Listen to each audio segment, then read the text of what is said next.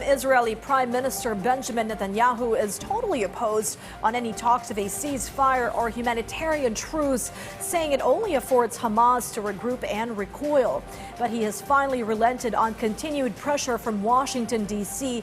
on a 4-hour pause in the bombing and shooting that allows the IDF to bring in reinforcements and replenish supplies. VOA senior diplomatic correspondent Cindy Sain reports.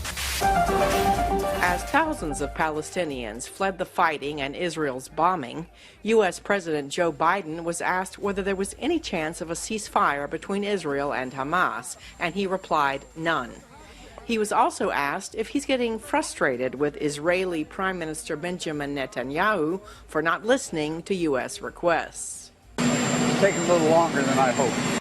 The Hamas-run Gaza Health Ministry says more than 10,000 people have been killed in the territory since the Hamas attack on Israel that killed 1,400 people and triggered the war. At the State Department daily briefing Thursday, Deputy Spokesperson Vedant Patel provided some details about Israel's announcement that it has agreed to 4-hour daily humanitarian pauses in the fighting in northern Gaza.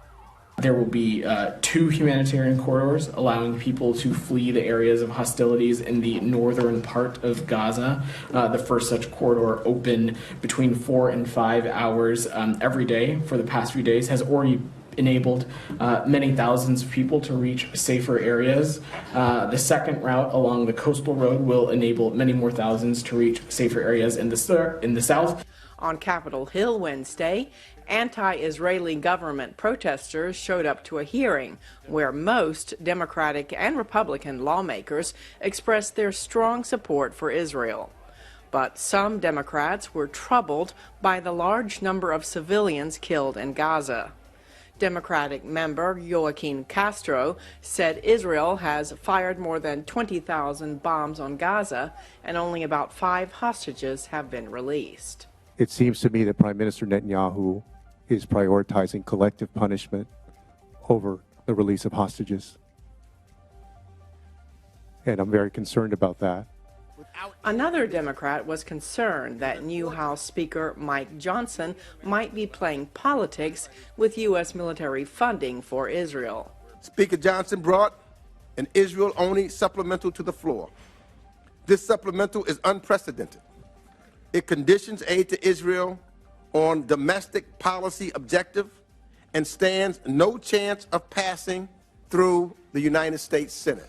The Republican chairman of the House Foreign Affairs Committee, Michael McCaul, said he agrees.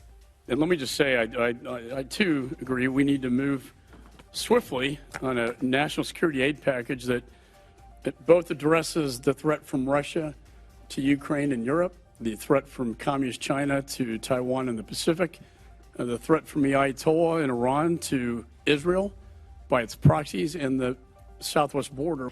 The Democratic majority Senate will not take up the $14.3 billion bill providing funding for Israel's air and missile defense systems passed by the Republican majority House of Representatives last week.